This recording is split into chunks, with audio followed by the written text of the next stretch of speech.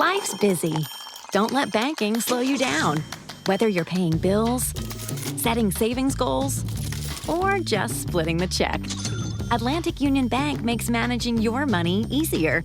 With helpful people and user-friendly tools, we make sure banking with us fits you. Call, visit us online, or drop into an Atlantic Union Bank branch today. Atlantic Union Bank. Any way you bank. FanDuel is dropping bonus bets into everyone's account for the tournament. All you have to do is opt in to claim your bonus. But don't wait. These bonus bets are only available for a limited time. FanDuel. Play your game. 21 plus and present in select states. Bonus issued as non-withdrawable bonus bets which expire 7 days after receipt. Max bonus $500 unless otherwise specified. Restrictions apply. See terms at sportsbook.fanduel.com. Gambling problem? Call 1-800-GAMBLER. Ever notice how life's best stories don't happen in your living room? They happen on the open road, out on the water, or parked under the stars. At Progressive, they get that you want to focus on the experience, not worry about the what-ifs. That's why they offer quality insurance designed for your ride, whether that's a boat, RV, or motorcycle. Adventure with confidence. Visit Progressive.com and see how easy it is to protect your favorite way to get away. Progressive Casualty Insurance Company and Affiliates. Not available in D.C. Prices vary based on how you buy.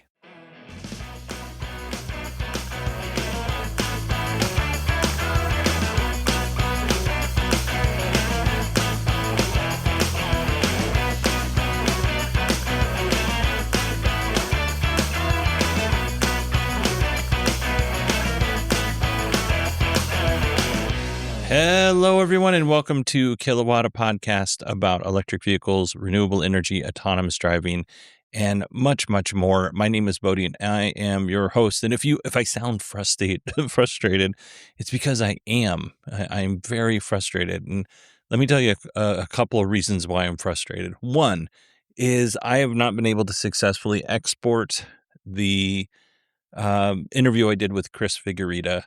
And I worked really hard on it, so I have a workaround. Something that Riverside allows you to do is to show somebody a preview of what you've done. So I'm going to include the preview link inside the show notes for this episode. And if you just go to that preview link, you can watch the entire episode with the visuals and everything, which I think would be really helpful and probably the best way to view this. And then, Riverside has been very helpful, and they do have a solution, but it involves me inconveniencing Chris, and I'm not willing to do that. So that's how we are going to handle this particular issue. So I'll put the link in the show notes, and if for some reason you're listening to this weeks later or even a year later or more, just shoot me an email, Bodie, BODIE at 918digital.com, and I would be more than happy to send you an updated link, provided I can still do that. So today we're going to talk a little bit about Donut Labs. We're going to talk a little bit about Lucid's annual investor meeting, and honestly, Thomas sent me an email asking if I had seen it yet, and I said I haven't, and he didn't seem very impressed with it.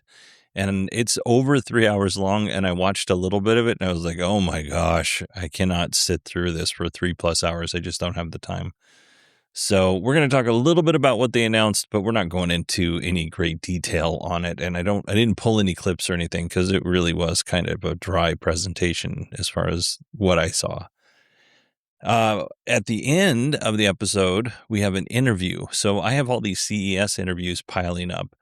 And one of the coolest things I got an opportunity to do when I was at CES this last time was I ran into different firefighters at CES.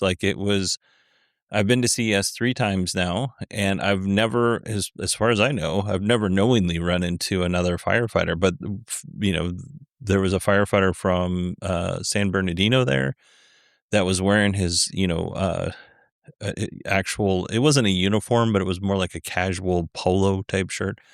But it had, his rank and name on it and where he worked.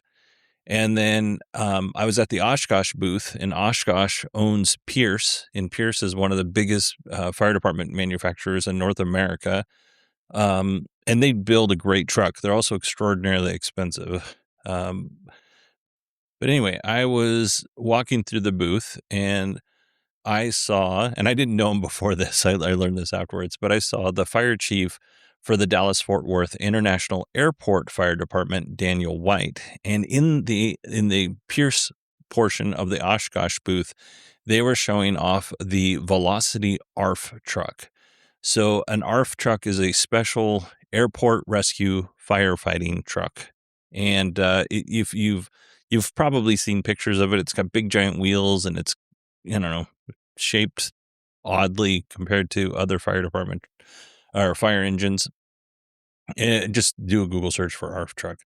But anyway, Chief White was nice enough to sit down with me and chat about why the Dallas-Fort Worth International Airport Fire Department decided to go with an electric ARFF truck. So I think it's a really good conversation, and I think you're going to enjoy it as well. So let's go ahead and jump into the news, and we're going to start off with Donut Labs and their solid-state battery. I was off last week, kinda, even though I was working behind the scenes. I didn't record any new shows last week, but stupid Riverside. It's not Riverside's fault, but man, I've spent a lot of hours trying to work around this. Anyway, I'm not going to complain, even though I'm very frustrated with it. Donut Labs last week showed off their self-discharge test.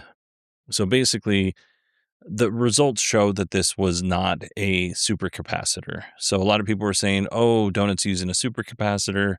And it turns out that's not the case, because a supercapacitor will discharge the energy in a relatively short amount of time. Donut was able to charge this battery and retain 97.7% of the battery after it sat for 10 days. So that proved that it wasn't a supercapacitor. So, okay, fine. Still not exciting, but Donut did step up their games for this last Monday's video. So I'm really pleased about this. They actually had a mule bike from Verge Motorcycles. A mule is a test bike with an 18 kilowatt hour battery. Now, this battery is air-cooled in this bike. There's no liquid cooling in it at all. And the video shows the bike at a level 3 charger. It started off with an 8% state of charge. I am seeing some people say 9%, but when you look on the video, it clearly shows that it starts at 8. But maybe, I don't know, maybe I'm doing something wrong here and just don't understand how this how this whole thing works, but it looks like 8. Anyway, the charger worked its way up to 100 kilowatts between 8 and 12% state of charge. So it's kind of started off slow, but between 8 and 12%, we're at 100 kilowatts. At 43% state of charge, the charger starts reducing how much energy it's delivering. So the kilowatts is decreasing. That number is decreasing. At 55%, it's now delivering 62 kilowatts. And at 75%, it's delivering 40 kilowatts. So this was they delivered a total 16 kilowatt hours in 12 minutes, which is fast. This is important because once you move from the single cell test they did to an actual battery pack, performance typically drops because, we have heat and cell balancing, and, the cells are packed inside that battery pack pretty tight. And it just, there's just system limits that are working against you. So the fact that it still charges pretty quickly, that's a good thing. Like I said, it's harder, one, because it's not liquid cooled, it's air cooled, and it's in that really teeny tiny package. It is important to remember that this isn't a controlled test in a lab. This was a real world test, as real world as you can get with a company that's staging a video. But, this is a fairly real world test for their battery pack. when we compare it to their earlier claims, it does seem like the charging speed is a little bit slower than what they showed in lab conditions and what they stated was possible with the battery at the beginning of the year. But this is real world constraints instead of ideal conditions. So who knows? Honestly, this there's still haters that are saying this battery isn't real. I don't know enough about solid state batteries or just EV batteries in general to tell you whether it's true or not, but they are showing off a remarkable battery so far based on their videos. I reserve judgment until some third party company buys a Verge motorcycle and then removes that battery pack and does their own tests. At this stage, I think it would be irresponsible of me to say that Donut is a fraud or Donut is 100% nailing it and they're actually delivering what they said they could. I just don't know. And I'm not going to rely on a company to tell me whether or not their claims are true. I want third-party independent validation on that. And so, I'm going to wait patiently because sometime at the end of spring or sometime in spring, Verge is supposed to deliver those first batteries. But I thought this video was much better than their previous videos. If you want to take a look at it, you can go to do not believe. Or donut. I donut believe. It's the same thing. IDONUT believe.com. And you can see that video if you're interested in such things. All right. Now, I have had to record this a couple of different times, so I don't know if I've mentioned this or not, but I think I did in the beginning. Lucid Motors Investor Day. A little bit of a snooze fest for me. And I'm usually a person that loves to watch these investor days. I love mostly Tesla. Elon, for all of his faults that people find with him, he puts on a really good investor day. they're usually pretty interesting. Let's put it that way, and entertaining. So yeah. I watched a little bit of this. I think I mentioned Thomas emailed and he wasn't terribly impressed with it. Interim CEO Mark Winterhoff talked a lot about profitability, which as if profitability shouldn't be on every company's mind, but to me it seemed like he was stating this as it was a new idea instead of, this is something that every company should seek to achieve.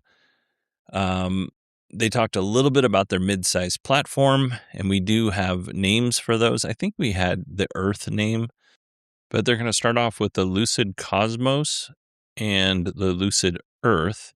So the Cosmos will come first, and that's going to be, a $50,000-ish car, and it's supposed to be revealed sometime this summer, which is great.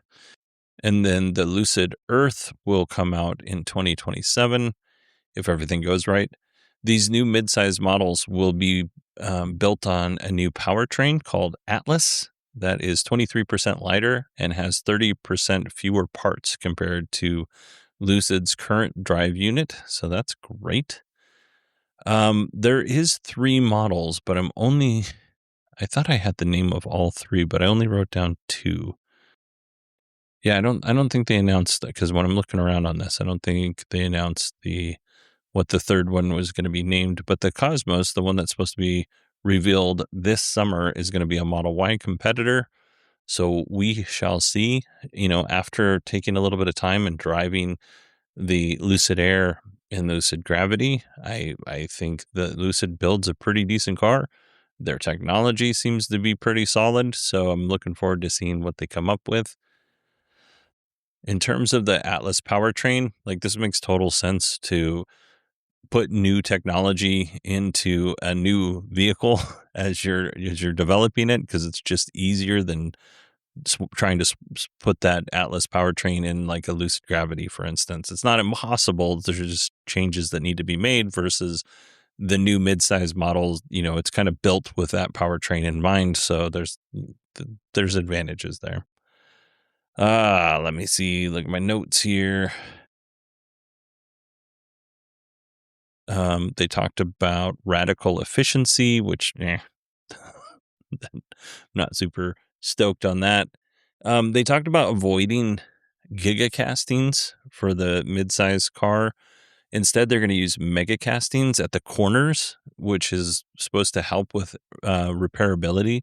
So if you don't know, Tesla uses these gigacastings, which reduces parts in the front and the back, but they're a little bit more difficult to repair versus it sounds like Lucid is thinking these megacastings strategically placed will still decrease parts and decrease the weight, but also it will help with repairability the way that they've planned on doing it.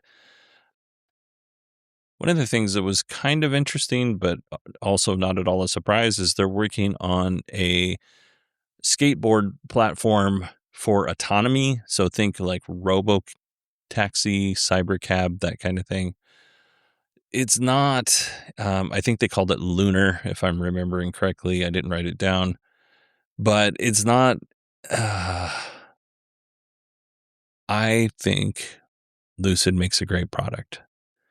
I think they have a lot of housekeeping to kind of, um, I think there's a lot of things Lucid needs to do before they can jump to another platform. Let's put it that way. Like get the midsize vehicle out, get the Gravity out there so that Uber can test the autonomous driving with Nuro. I think that's all great, but they're talking about this new level 4 ready straight from the factory platform. And I don't know. It just seems like announcing it at this point in time might be a mistake. Everybody's eyes are on you when you kind of do this thing, more so on Tesla because Elon makes a bunch of promises. But in this case, I really think that Lucid needs to kind of figure out where they're at with their partnership with Uber and Nuro. And then they need to actually start getting affordable cars out, and they need to, have a little bit more cash flow. Like you can't use the Saudi wealth fund as a piggy bank forever. At some point in time, you need to stand on your own 4 tires and make some money. And while I think that it's okay that, this is a project that they're working on, I do think it might be a little mistake to announce it so early before you're actually, let's put some cars out. Let's sell more than tens of thousands of cars before we start moving to this next thing. One of the many things that I think one of the many things that hurt Nikola Motors was, Trevor Milton was out there basically saying, well, we're going to do a regular pickup truck. We got a jet ski. We've got a side-by-side, we've got semi trucks. We've got I think I said the pickup truck. They got all these things that they're doing. And before I knew that, he was a big giant fraud, I was like, that's too many things for a young company. And while Lucid has been around for a while and they've been selling cars for a while, they're not selling many cars and they're not making any money. So this kind of seems like one of those things of like, this is an area we're interested in, and that should be about it. I don't know that they should be taking too much time on this particular project. Let's put it that way. I think it's good to know that you're thinking about it, but I think every car company should be thinking about it.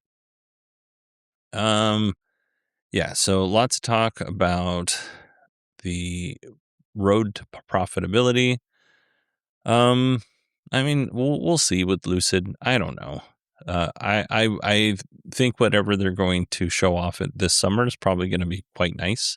And I live in Arizona, Lucid. So if you're listening to this and you take offense to what I'm saying, I'm stuttering a lot. I'm not making fun of you. It's my own personal stutter. But if you take offense to what I said, prove me wrong and invite me to drive the Cosmos. I would love to. I'd be honored to take it for a test drive and talk about it. And maybe interview somebody from the company. That would be great. Okay, so that's our news for this episode. We do have that interview with Chief Daniel White from the Dallas-Fort Worth Airport Fire Department that we're gonna go to in just a second. But before we do that, if you're interested in supporting the show, you could do so at supportkilowatt.com. It's only $1 a month if you want to support the show and get rid of all the ads. I try to make supporting this show easy and affordable for everybody. So if you're interested in such a thing, you can go to supportkilowatt.com and you can choose whether to support the show on Supercast or Patreon. Really, there's not much of a difference. So it's completely up to you as to how you would like to support the show. Need parts fast? O'Reilly Auto Parts has fast. Need them now? We've got now. No matter what you need, we have thousands of professional parts people doing their part to make sure you have it. We're O'Reilly Fast. Just one part that makes O'Reilly stand apart. The professional parts people. O'Reilly Auto Parts.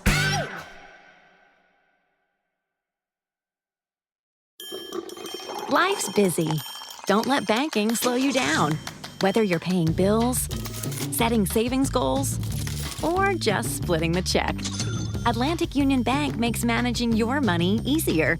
With helpful people and user-friendly tools, we make sure banking with us fits you. Call, visit us online, or drop into an Atlantic Union Bank branch today. Atlantic Union Bank. Any way you bank.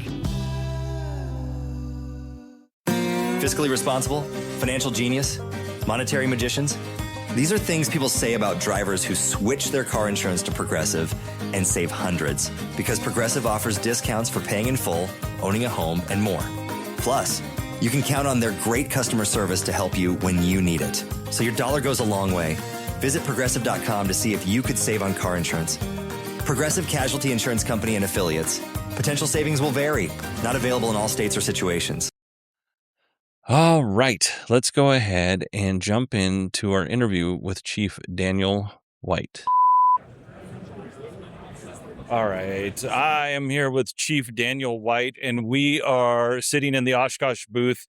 And Oshkosh has tons of cool stuff, but the thing that I'm really interested in is this ARFF fire truck. Now, a lot of people aren't going to know what ARFF is, but they would recognize the truck. What does ARFF stand for? Aircraft Rescue Firefighting. So this is not the truck that you're going to see in all of the dumb movies, all the dumb TV shows. Can we agree they're both dumb? Sure. Okay, thank you. I would agree. Okay, so this is the Volterra. Last year I came and I spoke with I think it was Seth over there about the Volterra, but that was the standard fire truck where people are dragging hoses off. But this is a much more sophisticated and specialized piece of equipment. It can't even really drive on the road. Or it's not supposed to. It can, but we rarely do operate it. Yeah, okay. It's completely road legal. It functions well on the road. It's got plenty of power. It's faster than a conventional truck. Sure. But it's just rare that we'll take it off the airfield. The reason it looks the way it does and it has the big tires and it's six-wheel drive, six-wheel steering is for the eventuality that we have to go off-road. If a plane does not crash on a surface, it's more likely statistically to crash either on approach or on departure off the airfield. So it's a highly capable vehicle. It can do, in many ways, most of the things a structural truck can do. But the biggest thing that separates this from a structural truck is pump and roll capability. Yeah. And then, of course, the entire truck is designed to be operated by one operator from the cab. So practically any control, any function of the truck can be controlled within arm reach of the driver. Right. And then for people who don't know, which I would assume is most, pump and roll is the ability to pump while you're moving forward or backwards. Correct. And then normally you have to on a normal fire truck, you have to put it into neutral, drop it into, and then the PTO takes off. Yeah. The driver on this truck sits in the center. Correct. Like you said, is able to control. There's a big turret on the nose. There's a big turret on top. This isn't just water. Do we still say foam? Or are we using encapsulating agent? Okay. It's so we're on to the new foams now, the fluorine-free foams. So that was something else that came new with this fleet. We were able to transition from AFFF to F3 foams. So this particular truck, 3,000 gallons of water, about 500 gallons of foam, and 450 pounds of dry chem. Okay. Oh, sweet. And so it can discharge any one of those agents or a combination of all three. Where does the dry chem pop out of? So what you see right there, that red vessel, that's the actual dry chem vessel. Okay. Then we have a nitrogen tank. If we decide we need that system, hit a button, it charges the nitrogen tank, and then there's a control on the joystick to physically discharge dry chem. Dry chem can be discharged from two basic locations: the bumper turret, which is the higher flowing stream on this truck. You've got the bumper and the roof. The bumper turret can flow at a rate of 1,250 gallons per minute. And then what you see, that little red cap in the center, that's where your dry chem is discharged from. Oh, okay. So if they actually physically go to discharge it, that red cap will blow off and it'll spray dry chem straight out of that. Now, That's cool. if you decide you also are going to flow water and foam, that will actually increase the travel through The that, nitrogen. through the Venturi. It will carry the dry chem further. Nice. Yeah. Okay, so just for folks who aren't in the fire service, Sure. The three ways to extinguish a fire is to let it burn itself out, remove the oxygen, or cool it off, right? Right. So what we're doing with the water and the foam is we're separating that from air. What we're doing with the dry chem is we're basically suffocating Yeah. it. We're inhibiting the chemical chain reaction. Yeah, water's just cooling it off. Correct. Foam's creating a blanket, Correct. and then the dry chem is just completely Correct. just. Yeah. And Water cools the foam. In this specific application, it actually suppresses the vapors that fuel emits. That's what burns. right. It's not the liquid itself, it's the vapors being emitted by it. So that vapor suppressing blanket that you mentioned, that's what the foam actually does for us. So right now, how many of these ARFF units are operating at the Dallas-Fort Worth Airport? So we have 11. One of them is assigned to the training center. Okay. And the remainder of the fleet is assigned to operations. And so that's 5 on each side of the airport, 2 of which are spares in total. So this is the bulk of the fleet. We do have what's known in ARFF as a RIV, or a rapid intervention vehicle. Those are commonly like a heavy duty pickup with a powder ball or whatever on them. And they're really, under most circumstances, intended to stop the clock, meet that FAA response requirement. We felt we could do better on a truck. And so we got away from those conventional, like I said, heavy duty type pickup platforms. And we went with a truck almost identical to this. It's just a 4x. And instead of 3,000 gallons, it's 1,500 gallons. But it gives us twice the agent that we would have had in an RIV. It's far more capable and agile. It can truly go off-road. And to me, it's just a much more definitive RIV, if you will. Okay, so if for some reason, heaven forbid, that a pilot comes in and he's like, "Hey, we're going to have to make an emergency landing." Obviously, the department is geared up and ready to go. Even if it lands perfectly, we're always waiting. If for some reason the plane does catch on fire, right? What is responding? What's going to respond with this? Like, we're going to need more foam. We're going to need water. Obviously, there are hydrants that are hidden alongside the airport, the runway. So what does that look like? So a typical ARFF response, either for a standby. So use an alert system? Correct. Okay. So alert 1 is a ground emergency. Alert 2 is when a pilot declares an emergency while they're still flying. So in the scenario that you painted, that alert 2, they'll call in and say, "Hey, we've got hydraulic failure, or we've got a warning," whatever that might be. We'll respond. We'll go to predetermined locations on the airfield to position us well for if there is an accident. What you're going to get on a response for us, because we're an Index E airport, which means we have the highest requirement for amount of trucks, foam, water, all the rest of it. So you'll see 3 trucks that are identical to this, plus the RIV. So 4 trucks in total that are ARFF suppression units. An engine, usually either a quint or a ladder to go with it, and at least an ambulance. Then we also respond our air stairs, which is basically, it looks a lot like the stairs that you'll see drive up to the side of an airplane, only this one's a little different. It's intended for us to use as a firefighting platform, either to help evacuate passengers, put it on the edge of a wing, put firefighters on the wing through a door, or through any one of the doors that we choose. So we send the stairs. And we also have another apparatus we call the fan. That's meant for, it's a Peterbilt chassis with a massive hydraulically operated fan on the back of it. That's primarily used for ventilation. So if we did, for one reason or another, need to ventilate that aircraft quickly, we can use that for it. Nice. And so we've talked about the response. How is this staffed? We only need one engineer, but obviously that's not enough. So that's where the structural trucks come in. We staff the ARFF units with one operator. Okay. But then the engines and the quints will have 3 to 4 firefighters per unit. Then our paramedics are also firefighter paramedics. They're geared. They have everything they need. So the way we typically do this is that suppression. Get there, start putting fire out, create an evacuation corridor for the passengers, and do everything that we can to get them safely from the fuselage. That first arriving structural unit, what they should be doing under most circumstances, sometimes circumstances, what your tactics.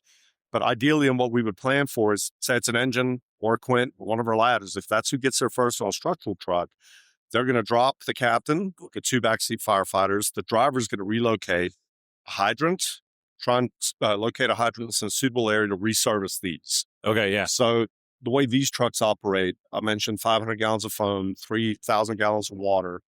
We should, under most circumstances, get 3 to 4 tanks of water per tank of foam. Okay, so what does that concentrate at? Is it a 3%? 3%, yeah. Correct. Okay.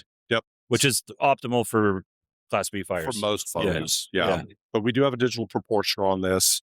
And if one reason or another we needed to adjust that percentage, we would. But 3% seems to work quite well. Awesome. And then, oh man, I had another question. I'm just blanking on it. It was a nerdy. Oh, you know what? We should address a quint is a ladder truck that has a pump. I work on a ladder truck, which is a pure ladder truck. But it's got a bucket. We do not have a pump. And we rely on engines, but also. So we're not quite big enough a department that we can do a true truck. We still need our trucks to have a pump and hose. We're just not quite that big. It's 200 firemen, 6 fire stations. But, and that sounds big, and it's a medium-sized department. Correct. But as you well know, on a fire scene, resources are they're rapidly depleted, and we're just not of a size that we could support having a true truck without a pump and hose. Do you have mutual aid deals? Yep. Okay. But believe it or not, we probably provide more mutual aid. Oh yeah, for sure. Yeah. It's well, we won't get into the politics of that, but absolutely. I work in the Phoenix area, which is an automatic aid system. Yep. One of a Phoenix engineer told me a long time ago, we could throw so many people at a fire, we could all take off our masks and collectively take a breath and put the fire out. That's not the reality for a lot of places. Yeah, that is. That's a Dallas, a Houston, a Phoenix. Right, Dallas, Houston, Tualatin Valley, the Portland area has a lot of stations that. But this is awesome. I'm really happy. Do you mind sharing the price tag of what you paid on this? Yeah, no, not a problem. So this particular unit was $2.7 million. We purchased 6 of these, and then the additional fleet was more conventional diesel. The capital for this set of trucks in total was $27 million. This is that. Okay, so just to give people a frame of reference, to replace the truck that I'm driving right now, we're looking right about $2 million in 7 years to replace it. Yeah. And that's in today's prices, not in 7 years prices. So that's actually not a bad price for a fire truck. True. But as you know, those prices are just jumping exponentially year by year. We don't have the wait time on these because they're not as in demand. DoD makes large purchases. But these we can get in a reasonable time frame. We can typically get an ARFF apparatus in 8, 10, 12 months at most. But as you know, a structural truck is 3 to 4 years out these days. And easy. What we would pay for an engine right now, I think we just paid $1 million for an engine. But we're also paying as much money for an ambulance right now as we would have paid for an engine 6, 7 years ago. Oh, yeah. And I don't know, I'll just pull back the veil a little bit in the world of fire trucks. But you're primarily servicing an airport and the surrounding areas of an airport. You and I don't have the same needs for trucks. Yeah, sure. I'm primarily in a residential and industrial area, right? Totally different needs. You can't build the same truck for both of us. Sure. You can have a lot of the same components. And then also, I was talking to somebody earlier, we're a little bit of a princess when it comes to our truck has to be super special. Maybe we should pull back on that part a little bit. Yeah. I agree. And, for better or worse, as you said, and I don't want to step off into, but the customization and customizability, whatever the word would be for a fire truck these days, has to be a factor in lengthy build times. I mean, as you know, I don't know what apparatus you guys buy. What about Pierce? Yeah, so do we. Primarily. And they will build that truck exactly how you want. Oh, yeah. Every compartment, dimensions, where you want a shelf, you name it. You will spend 3 days in a room with somebody and they will be like, do you want this? Do you want this? Yeah. And then you'll be like, oh, we don't know if we want that. Oh, come out here. We're going to show you a truck. Yeah. That has that, and you could tell us if you want it. That's why I think you're seeing a lot more people go to more stock type units. A less is more approach. You get the truck faster. The cost is obviously less. And we've seen that. We bought a stock pumper largely because it wasn't that we were trying to pull back and not do custom rigs anymore. We needed a spare. We needed another engine. And so that was going to be the easiest, most attainable way to get one in 9 months was a stock pumper. Believe it or not, it's one of the most well-received trucks we've purchased in years. It's the less is more thing right now is working well for us. Guys actually like it. Yeah. And if you have the capabilities of having other trucks that you could specialize, yeah. A lot of departments don't have that capability. Like this is the truck that's going to do the extrication, which is going to do the engine. Anyway, I could talk to you forever. Yeah, of course. So thank you so much you're more than welcome, for coming on. If people want to learn more about what Dallas-Fort Worth Airport is doing in terms of the fire service, is there a website they can go to? Or if they wanted to become a firefighter? DFWairport.com. But you could also look up DFW Airport Fire Training Research Center. Oh, nice. Of all things, that's probably what we're known the most for. So we train aviation firefighting to the world. Nice. At this point, I think we've taught 42 countries, all 50 states, 7 continents. Nice. So our most recent was Australia. We sent 2 firefighters to Australia to teach HRET, which is high reach extendable turret. Those are the piercing nozzles. Oh, yeah. So that's probably what we're known for the most. We do research out there. We're a big partner in developing the new foams that are on these trucks now. Working with Department of Defense to get the spec rewritten for approval, the whole 9 yards. But again, that's what I would say it's our bread and butter, but it's what we're known the most for, probably. That's awesome. Chief, thank you so much. Yeah, you're more than welcome. Appreciate you, brother. Appreciate you. O'Reilly. Check engine, ABS, or maintenance light on? Take the guesswork out of your warning lights with O'Reilly Veriscan. The service is free and provides a report with solutions verified by ASE certified master technicians. And if you need help, we could recommend a shop for you. Ask for O'Reilly Veriscan today. O'Reilly Auto Parts.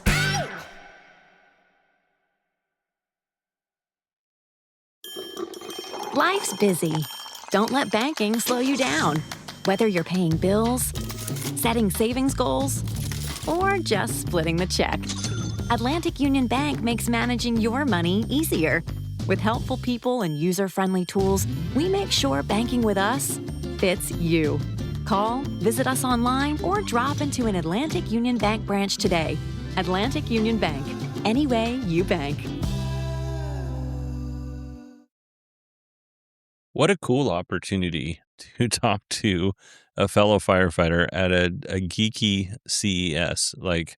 And Chief White, not only did he know his stuff, at the end there, he talked about all of the things that his fire department is doing and how involved they are, which is super cool. Like for me, I love being on a truck. I love, I love just the general everyday fighting fire type job that we do, medical calls and things like that. But I also love like the kind of minutia isn't the right word quite for it, but there's a lot of other things that the fire department does. And honestly, it's just kind of fun to be involved in some of those things. And I've had an opportunity throughout my career to have some of those moments where, I was a part of something, and it's just kind of a cool thing. And then when you retire, you can say, that was new when I was on the job, and now it's standard, and you can give a little bit of history. Like one of the things that they say when you become a new firefighter is leave the fire department better, or the fire service better than you found it. And, educate, and history is a big part of the fire service. So being able to go back and in my career and talk to people who, were even 10 or 20 years before me, being able to have those conversations and hear how they did things back in those days is super interesting. And I'm looking forward to retiring and then being the old guy that comes to the station for coffee that nobody knows, but they, used to work there, and, telling all those stupid stories and hopefully inspiring a new generation to do stupid things. All right, everybody, that is it for me. If you want to email me, it's Bodie, BODIE at 918digital.com. You can also find me on X at 918digital. Although I don't use X very much. You can find me on LinkedIn, though. I'm on LinkedIn quite a bit. And that is Bodie, BODIE, Grimm, GRIMM. And I hope you all had a wonderful week last week. I missed being here. And I will talk to you all on Friday. Oh, Friday, we have a good interview. Brian Makse is coming on, and it's Makse. He's a former race car driver, and he reviews cars on his YouTube channel. And I'll put a link to his YouTube channel in the show notes, and also a link to his podcast as well. And I recorded that earlier today, and it was a good conversation. We actually recorded the interview for about 15 minutes, and then we talked for about an hour afterwards. And honestly, I could have probably talked to him for an hour more. It was a great conversation. And halfway through our conversation, I was like, man, I should be recording this because this is a good conversation to share with folks. But yeah, anyway, I'm hoping to have Brian on more. And please look for the link in the show notes and then go check out his channel and, mention in the comments that you came from Kilowatt. All right, everybody, that is enough for me. I hope you all have a wonderful week. And again, I'll talk to you on Friday.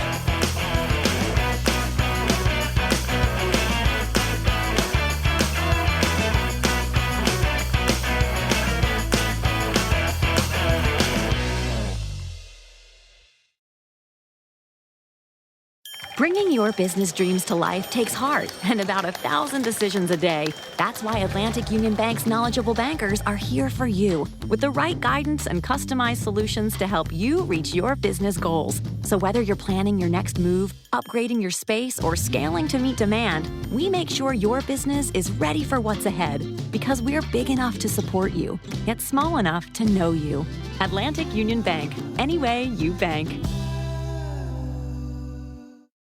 The world of business is constantly evolving, and Comcast Business keeps you in step with secure AI-backed networking in more than 100 countries, powering 90% of the Fortune 500 and millions of small businesses. And behind it all, thousands of experts answering your call at 2 a.m. like it's 2 p.m.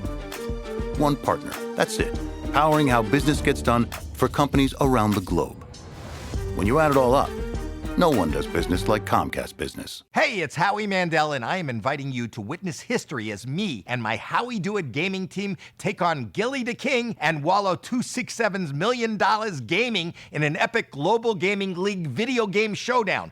4 rounds, multiple games, 1 winner, plus a halftime performance by multi-platinum artist Travie McCoy. Watch all the action and see who wins and advances to the championship match against Neo right now at globalgamingleague.com. That's globalgamingleague.com. Everybody games. Your love deserves a ring as unforgettable as the moment you propose. Select a Tacori engagement ring with signature design and unmatched beauty. At Mervis Diamond Importers, we are the premier source for Tacori and the world's finest diamonds. Let our experts guide you in finding the perfect symbol of your forever. Mervis means more diamonds, better quality, and the most value. Mervis Diamond Importers, DC's first choice for Tacori, engagement and wedding rings, and the best diamonds. MervisDiamond.com or 800-HER-LOVE. If you like the show, please take a moment to rate, review, and subscribe. It really does help the show to grow. Thank you for listening.